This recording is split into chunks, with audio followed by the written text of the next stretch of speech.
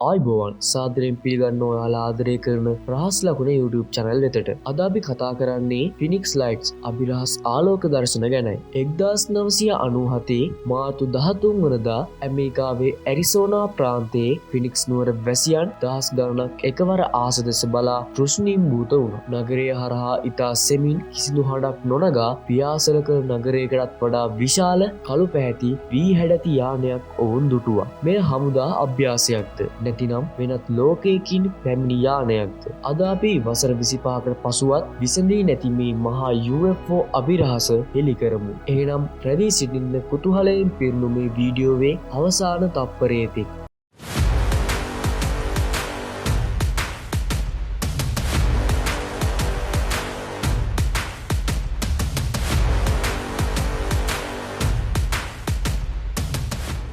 සිදුවීම විනාඩීන් විනාඩියට පළමු දර්ශනය රාත්‍රී 6:55ට නොවඩා ප්‍රාන්තයේ වැසියන් මුලින්ම ආලෝක ධාරාවක් දුටුවා. ෆිනික්ස් නගරයේ රාත්‍රී 8:15 8:45 අතර යානය ෆිනික්ස් නගරය හරහා ගමන් කළා. සාක්ෂිකරුවන් පවසන්නේ ඒ සැතපුම් භාගයකට වඩා දිගු බවයි. පියාසර විලාසය යානය ඉතා ඉහළින් පියාසර නොකර ඉතා පහළින් පියාසර කළත් කිසිදු එන්ජින් හඬක් නොතිබීම. එය අහසේ තිබූ තරුපවා වසාගෙන ගියේ කළු පැහැති දැවැන්ත වස්තුවක් ලෙස විස්තර කළා. දෙවන සිදුවීම රාත්‍රී 10ට ෆිනික්ස් නගරයට ඉහළින් අහසේ ස්ථාවරව තිබූ ආලෝක ධාරා පෙළක් ජනතාව දුටුවා.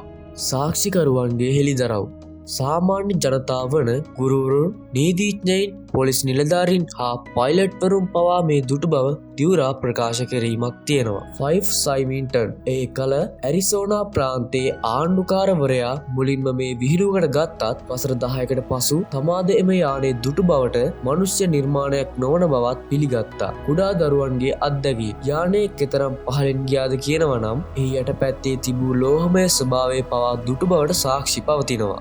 රජය සහ හමුදාවේ පැහැදිලි කිරීම. හමුදාව පැවසුවේ මේවා හුදෙක් ෆ්ලෙයාරස් හෙවත් ආලෝක සංඥා පමණක් බවයි. නමුත් සාක්ෂිකරුවන් පවසන්නේ ෆ්ලෙයාරස් එක පෙළට සෙමින් ගමන් කරන්නේ නැති බවයි. එසේම ඒවා සැබෑ යානයක තිබූ ආලෝක බව ඔවුන් නවධාරණය කරනවා. මධ්‍යම හමුව ආණ්ඩුකාරවරයා පිටසක්වල ජීවියෙකු මෙන් ඇඳගත් අයෙකු මාධ්‍ය හමුවට ඉදිරිපත් කර ජනතාවගේ බිය සමච්චලයට ලක් කළපු ආකාරය ඔවුන් ඒ සත්‍ය යටපත් කිරීමට උත්සාහ කළාද? විද්‍යාත්මක සහ UFO න්‍යායන්. පළවෙනි න්‍යාය ඇමරිකානු හමුදාව රහසිගතව පරීක්ෂා කළ ස්ටීල් ත්‍යානයක් හෝ විශාල බැලුනයක් විය හැකි බව. දෙවන න්‍යාය පෘථිවියේ ගුරුත්වාකර්ෂණය පාලනය කරන තාක්ෂණය සහිත පිටසක්වල යානයක් බව. මහජන ව්‍යාකූලත්වය මේ මිනිසුන්ගේ මනෝවිකාරයක් විය හැකිද? නමුත් මේ වීඩියෝ දර්ශන සිය ගණනක සටහන් වී තිබීම නිසා එම මතය බැහැර වෙනවා.